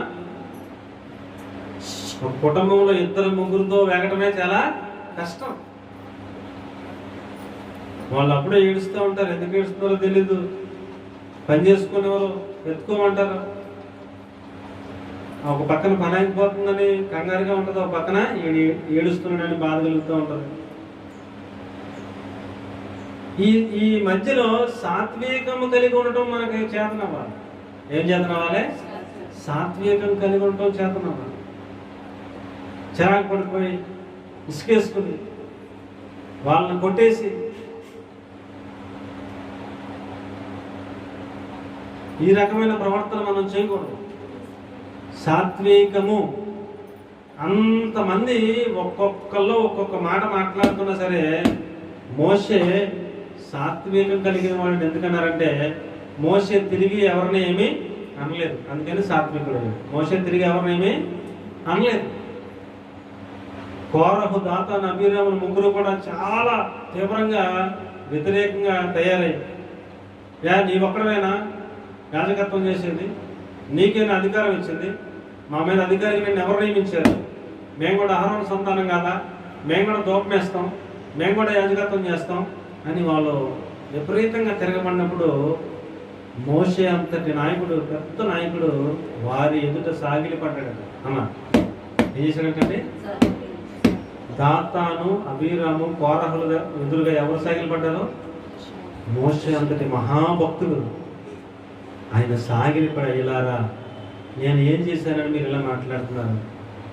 రేపు తనవాడు ఎవడో, పరిశుద్ధుడు ఎవడో యెహోవా బయలుపరుస్తారు. రేపు పొద్దున్న మీరు అందరూ కూడా ప్రత్యక్షపు గుడారం మీద ఆయన సన్నిధికి రండి, అప్పుడు దేవుడు తెలియజేస్తారని చెప్పేసి సాగిలి పడి వారికి సమాధానం చెప్తున్నారండి. ఎంత సాత్వికుడు అంటే 3 తిరగబడితే వాళ్ళ మీద ఏ రకంగా మాట్లాడాలి అండ్ ఏ రకంగా మాట్లాడాలి?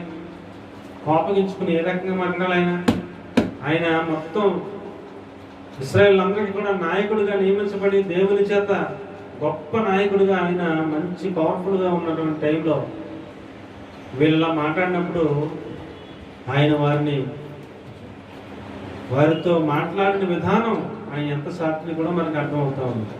ఆయన వారు ఎంత ఏం చేశాడంటే సాగిన పడి, ఇటువైపు వీళ్ళకి సాగిన పడి, అటువైపు దేవుని వైపు సాగిన పడి, దేవా ఎవరో పరిశుద్ధులో రేపు పొద్దున మీరు తెలియజేయని ప్రభు అని దేవుని దగ్గర కూడా సాగిన పడుతున్నారు. అటువైపు దేవునిని, ఇటు మనుషులకి కూడా మంచిగా ఎలా ఉన్నాడండి? సాత్వికుడు. పిల్లగా మన ఇళ్లలో మన సంఘంలో మనం ఎలా ఉండాలంటే సాత్వికము కలిగి ఉండాలి. సాత్వికం కలిగి ఉండాలి. ఈ దీర్ఘశాంతము, సాత్వికము, వినయము 3 కూడా ఒకదానికొకటి లింక్ ఉంటుంది. దీర్ఘశాంతం లేకుండా సాత్వికాన్ని మనం అవలంబించలేం.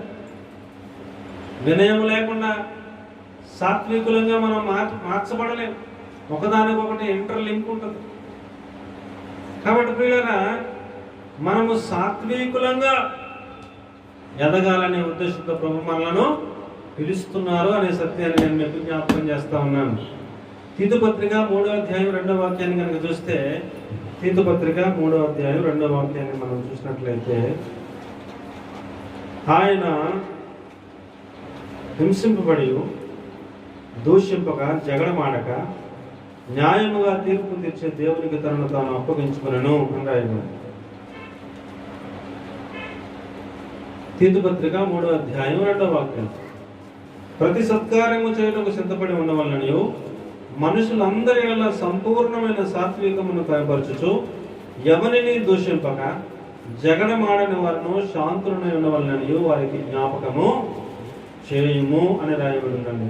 సంపూర్ణమైన సాత్వికం, ఎవరిని దూషించకుండా, ఎవరి మీద జగడమాడకుండా ఉండటం. ఏండి నా వైపు చూస్తున్నారా? ఎవరిని దూషించకుండా, ఎవరి మీద జగడమాడకుండా సాత్వికము కలిగి ఉండటం మనం నేర్చుకోవాలి. 6 లక్షల మంది సనుక్కునే వాళ్ళు సనుక్కుంటా ఉంటే, దూషించే వాళ్ళు దూషిస్తూ ఉంటే, ఎదురాడే వాళ్ళు ఎదురాడుతూ ఉంటే, మేలులన్నీ పొందుకుని ఏమండి తిరగబడే వాళ్ళు తిరగబడతా ఉంటే, మోషే మాత్రం ఎలా ఉండేవాడంటండి? మిక్కిలి సాత్వికుడు.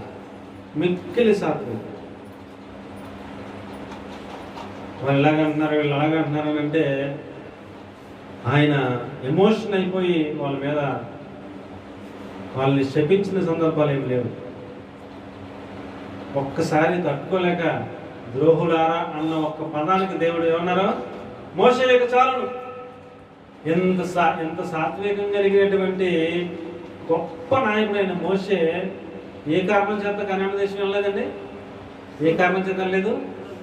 ఒక్క మాట, ద్రోహులారా మీకు బండ నుండి నీళ్లను రప్పించవలెనా అని అన్న ఒక్క మాటని దేవుడు చాలా సీరియస్గా తీసుకున్నాడు. ఇన్ని సంవత్సరాలు, 40 సంవత్సరాలు సహించుకుని ఓర్చుకుని సాత్వికం కలిగి మాటకు మాట చెప్పకుండా వాళ్ళు ఎంత హింసించినా, ఒకసారి రాళ్ళు తీసుకుని చంపేద్దామని వచ్చినా కూడా సాత్వికముగా, సాధు మనసు కలిగి, మృదువైన స్వభావం కలిగి, వాళ్ళని తిరిగి ఒక మాట అనకుండా ఎంతో నిగ్రహించుకున్నటువంటి మోషే గారు ఒక్క మాట, ద్రోహులారా అని ఒక పదం అనేసరికి దేవుడు ఏమన్నారండి? మోషే ఇక చాలును, నీ తర్వాత నాయకుడిగా ఉండటానికి యెహోషువకు అభిషేకం చేస్తే నీవు నా యొద్దకు పరమునకు వచ్చేయడానికి టైం అయిపోయింది. నువ్వు నిబో పర్వతం ఎక్కితే నీకు కనాను దేశాన్ని చూపిస్తాను దూరంగా, కానీ లోపలికి నువ్వు వెళ్ళలేవని చెప్పేసి పర్వతం ఎక్కిన తర్వాత దేశమంతా చూపించి అక్కడే ఆయన పరమునకు వెళ్ళిపోవడం జరుగుతుంది. ఆయన అక్కడే మరణించడం జరిగింది. ఒక్క మాట, ద్రోహులారా అని ఆయన అన్న ఒక్క మాట గురించి దేవుడు అంత సీరియస్గా తీసుకున్నట్టుగా మనం చూస్తున్నాం. మనం ఉదయం లెగిస్తే ఎన్ని మాటలు అంటున్నాం ఏమండి? పిల్లలనే కావచ్చు, తల్లిదండ్రులనే కావచ్చు, భార్యననే భర్తలు, భర్తలనే భార్యలు, ఏమండి ఇరుగు పొరుగు వారితో మాట్లాడే మాటలు, ఎన్ని మాటలు మనం మాట్లాడుతున్నాం అనేది ఒకసారి మనం ఆలోచన చేసుకున్నట్లయితే, మనం ఎలా మారాలనే ఉద్దేశంతో ఆయన మనల్ని పిలుస్తున్నారండి. ఎలా మారాలని? సాత్వికులముగా మనం మారాలనే ఉద్దేశంతో ఆయన మనల్ని పిలుస్తున్నారు అనే సత్యాన్ని నేను మీకు జ్ఞాపకం చేస్తూ ఉన్నాను. 2వ తిమోతి రాసిన పత్రిక 2వ అధ్యాయం 26వ వాక్యంలో, 2వ తిమోతి రాసిన పత్రిక 2వ అధ్యాయం 26వ వచనంలో, ప్రియులారా, సత్య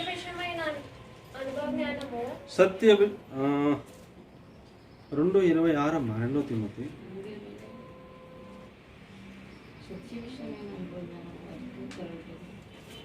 ఎక్కడ 24 నుంచి వస్తున్నారా? 26 సరిపోద్ది, అంతా కలిపి ఉందా? ఓకే చదవండి. సత్య విషయమైన అనుభవ జ్ఞానము వారికి కలుగుటకై దేవుడు ఒకవేళ ఎదురాడు వారికి మారు మనసు దయచేయును. అందువలన సాతాను తన ఇష్టము చెప్పున చెరపట్టిన వీరు వాని ఉరిలో నుండి తప్పించుకొని మేల్కొనగలేమో అని ప్రభు యొక్క దాసుడు అట్టి వారిని సాత్వికంతో శిక్షించు, జగడమాడక అందరి ఎడల సాధువుగాను బోధింప సమర్థుడుగాను కీడును సహింపువాడుగాను ఉండవలెను. అది సాత్వికముగా ఉండటం అంటే కీడును ఏం చేయాలంట? కీడును సహించటం నేర్చుకోవాలి. తర్వాత సమర్థుడుగా బోధించడం నేర్చుకోవాలి, సాధువుగా ఉండాలి, సాత్వికముతో శిక్షించాలి, జగడం ఆడకూడదు. ఎలాగండి? జగడం ఆడకూడదు, సాత్వికముతో శిక్షించాలి. జగడమాడక సాధువుగా బోధింప సమర్థుడిగా ఉండి కీడును అవసరమైతే సహించటం కూడా నేర్చుకోవాలి. అది సాత్వికం అంటే. ఒక దైవ సేవకుడు ఆయన దగ్గరికి వచ్చి విశ్వాసులు మేలు పొందుకుని మళ్ళీ ఆ విశ్వాసి ఆయనకే కీడు చేసేటట్టుగా ఒకవేళ ఉన్నప్పటికీ వారిని సాతాను ఉరిలోకి చెరపట్టి తీసుకుని వెళ్ళిపోతున్నాడని గమనించి మనం ఏం చేయాలంట?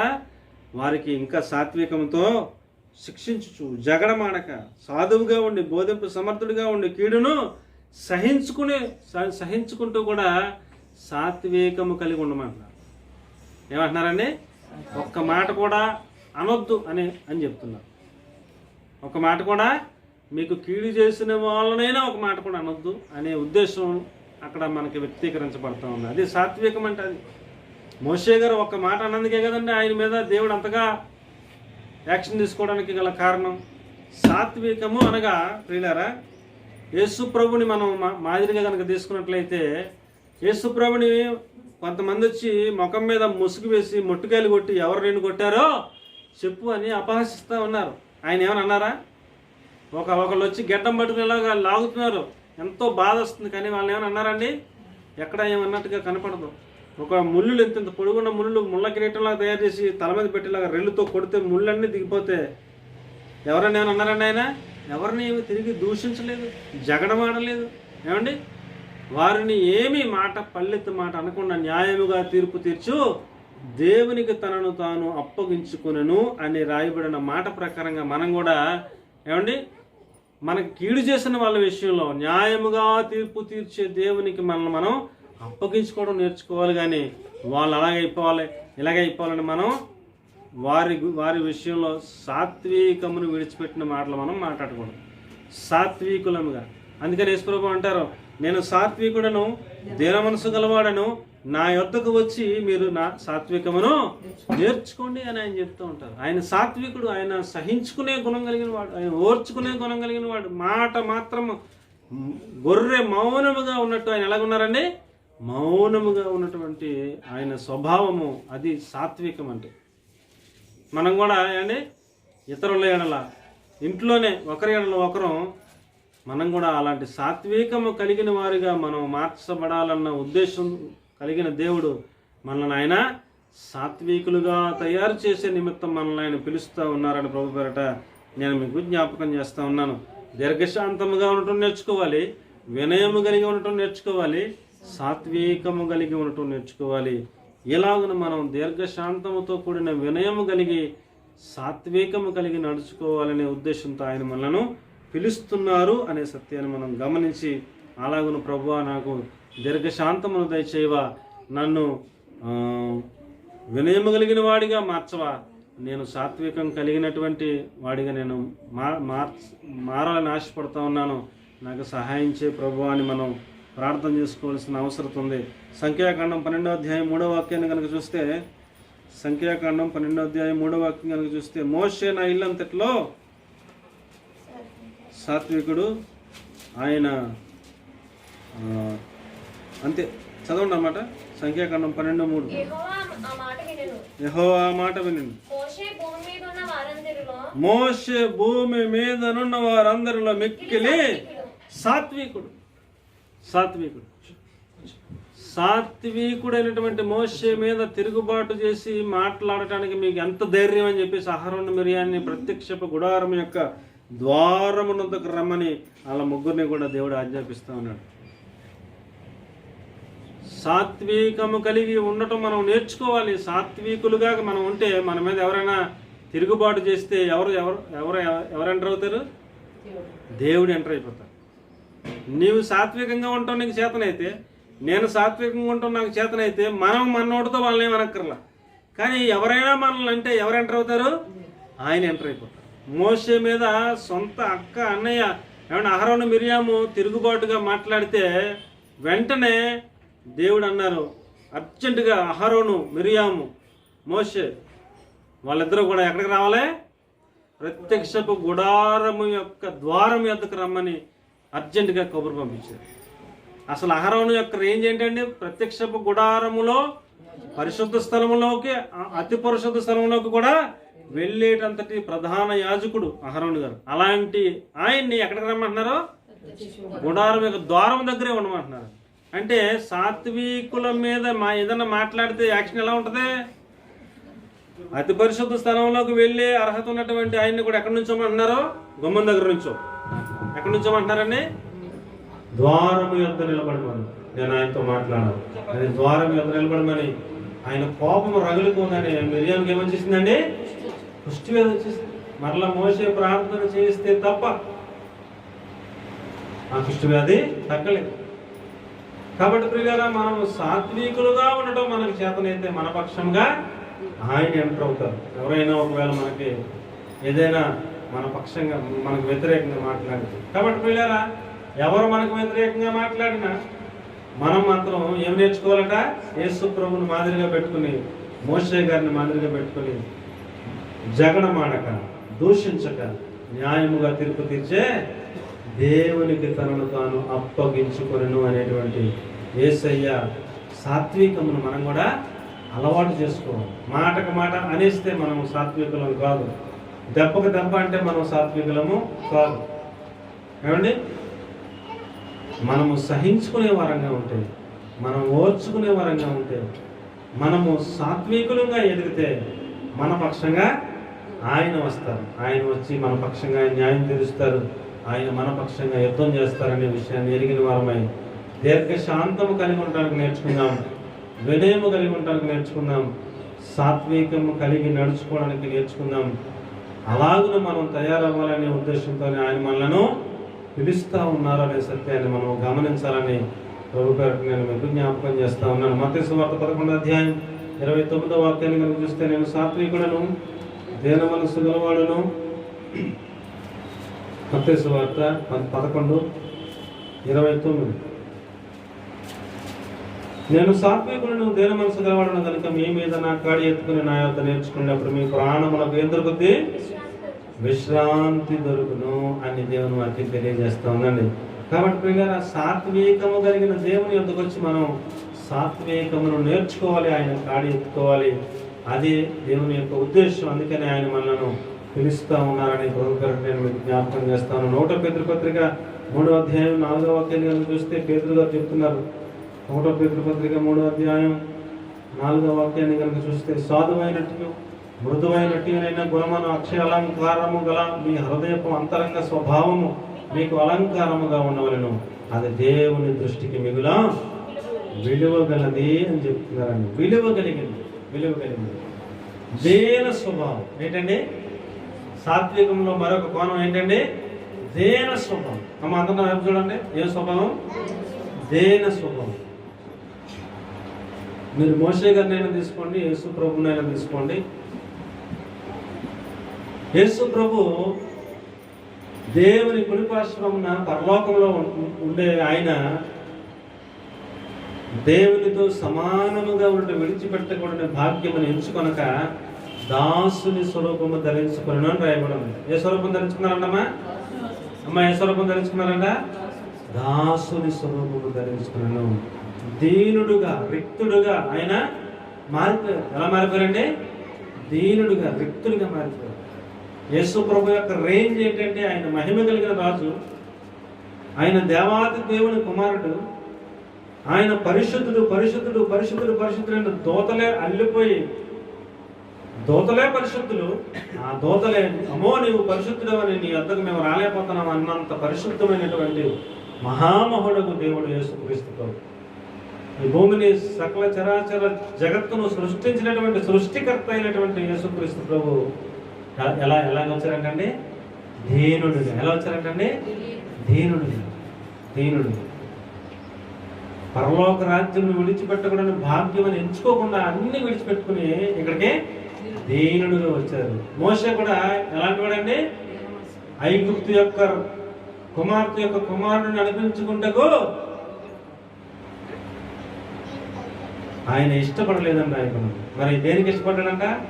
దేవుని ప్రజలతో శ్రమ అనుభవించుట మేలని యోచించి ఐగుప్తు ధనమును, రాజ్యమును, ఐగుప్తు సకల విద్యలను, అన్ని విద్యలు నేర్చుకున్నటువంటి విద్యాపారంగనుడు మోషే గారు. మామూలు వ్యక్తి కాదు అంటే అన్ని రకాల విద్యలు నేర్చుకున్న విద్యావేత్త, మహాజ్ఞానం కలిగిన వాడు.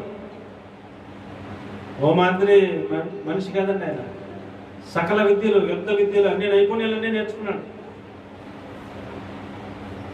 అంత విద్య నేర్చుకున్నటువంటి ఆయన అదంతా విడిచిపెట్టుకుని ఎక్కడికి వచ్చాడు? దేవుని ప్రజలతో శ్రమ అనుభవించుట గొప్ప భాగ్యం అని ఎంచుకుని దీనత్వం కలిగి దీనుడిగా వచ్చాడు. ఎక్కడికి వచ్చాడండి? దీనుడిగా వచ్చాడు. యేసు ప్రభు పరలోకాన్నే విడిచిపెట్టి మన కొరకు వస్తే, మోషే రాజరికాన్ని విడిచిపెట్టి ఇశ్రాయేలు ప్రజల కొరకు వచ్చారు. యేసు ప్రభు వచ్చింది మన రక్షణ కొరకే. మోషే గారు వచ్చింది కూడా ఇశ్రాయేలు ప్రజలందరినీ రక్షణలో నడిపించడం కొరకే.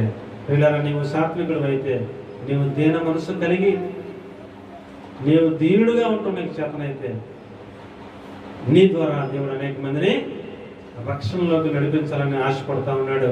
అందుకనే దీన మనసుల గురించి నేర్పిస్తూ ఉన్నారు, వినయము కలిగి ఉండటం నేర్పిస్తూ ఉన్నారు, సాత్వికము కలిగి ఉండటం మనకు ఆయన నేర్పిస్తూ ఉన్నారు. అలాగే మనందరం కూడా దీన మనస్సు కలిగిన వారమై, దీర్ఘశాంతము కలిగిన వారమై, వినయము కలిగిన వారమై, సాత్వికము కలిగిన వారమై, మనందరము ఆయన పిలుపునకు లోబడి ఆయన వాక్యము మనందరి హృదయాలలో ఆత్మదేవుడు కార్యము జరిగించి తన మహిమ కొరకు సిద్ధపరచును గాక. ఆమేన్, ఆమేన్. అందరం మోకరిద్దాం, అందరం మోకరిద్దాం, అందరం మోకరిద్దాం.